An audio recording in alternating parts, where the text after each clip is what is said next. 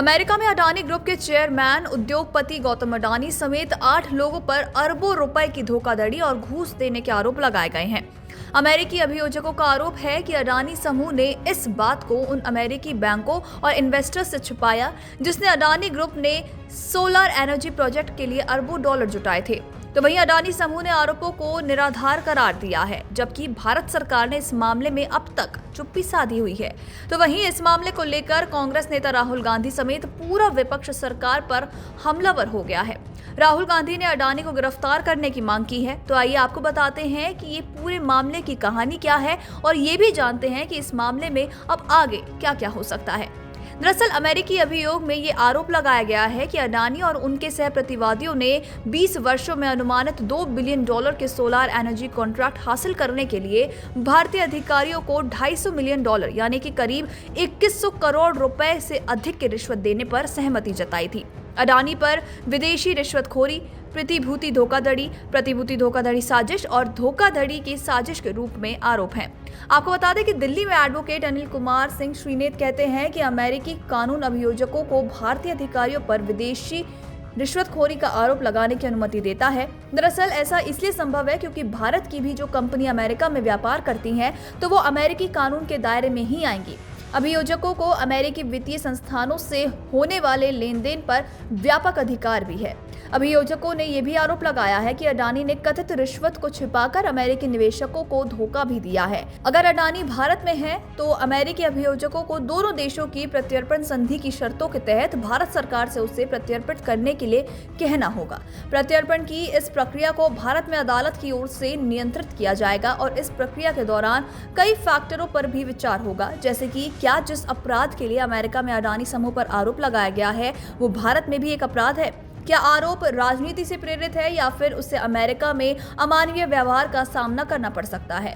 आपको बता दें कि अगर अडानी को अमेरिकी अटार्नी की ओर से प्रत्यर्पण की अपील की जाती है तो वो इसके खिलाफ कानूनी लड़ाई भी लड़ सकते हैं और ये स्पष्ट नहीं है कि इस प्रक्रिया में कितना समय लग सकता है। चूंकि अडानी पर भारत सरकार के अधिकारियों को रिश्वत देने का आरोप है, ऐसे में प्रत्यर्पण को राजनीतिक रूप से और अधिक जटिल बना सकते हैं।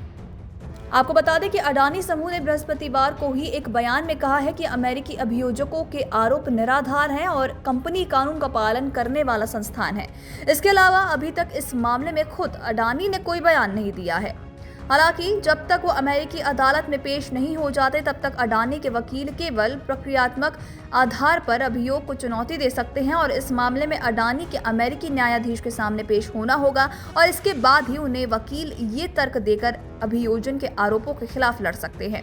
उनके वकील जज के सामने ये बता सकते हैं कि आरोप कानूनी रूप से दोषपूर्ण है या इसमें कोई तथ्य नहीं है। अमेरिका में अभियोजकों को किसी मामले के शुरुआती चरणों में संदेह का लाभ मिलता है और न्यायाधीश जूरी को तथ्यों को तौलने का मौका देने से पहले मामलों को खारिज करने में अनिच्छुक होते हैं। आपको बता दें कि अभियोजकों ने अभियोग में कथित अपराधों के व्यापक साक्ष्य का हवाला दिया है, जिसमें भारतीय अधिकारियों के साथ व्यक्तिगत बैठकें और सेलफोन और मैसेजिंग ऐप रिकॉर्ड के व्यापक पेपर ट्रेल भी शामिल हैं। पर गौर करने वाली बात यह है कि अगर अडानी हल्की सजा के बदले में कुछ अपराधों को स्वीकार करने पर सहमत हो जाएं, तो वह अमेरिकी अभियोजकों के साथ एक कॉन्ट्रैक्ट भी कर सकते हैं। हालांकि इस मामले में अभियोजक बातचीत करने के लिए बाध्य नहीं है और किसी भी ऐसी डील को मान्यता तभी मिलेगी जब जज उस पर सहमति देंगे। आपको बता दें कि अगर अडानी को इस मामले में दोषी ठहराया जाता है तो सूत्रों के अनुसार उन्हें कई सालों की सजा के साथ साथ आर्थिक दंड का भी सामना करना पड़ सकता है। हालांकि कोई भी सजा आखिरकार मामले को देखरेख करने वाले जज पर ही निर्भर करेगी। आपको बता दें कि अडानी की विदेशी रिश्वतखोरी के लिए 5 साल की जेल और प्रतिभूति धोखाधड़ी, न्याय में बाधा पहुंचाने और साजिश के आरोप में 20 साल की जेल का सामना करना पड़ सकता है। हालांकि 12 सदस्यीय जूरी को अडानी को दोषी ठहराने के लिए सर्वसम्मति से मतदान करने की जरूरत होगी और इसके अलावा अडानी इस फैसले के खिलाफ अपील भी कर सकते हैं। वीडियो डेस्क अमरउजाला.com। अगर आप ये वीडियो YouTube पर देख रहे हैं तो हमारे चैनल को सब्सक्राइब कर बेल आइकन दबाएं और Facebook पर देख रहे हैं तो हमारे पेज को लाइक करें।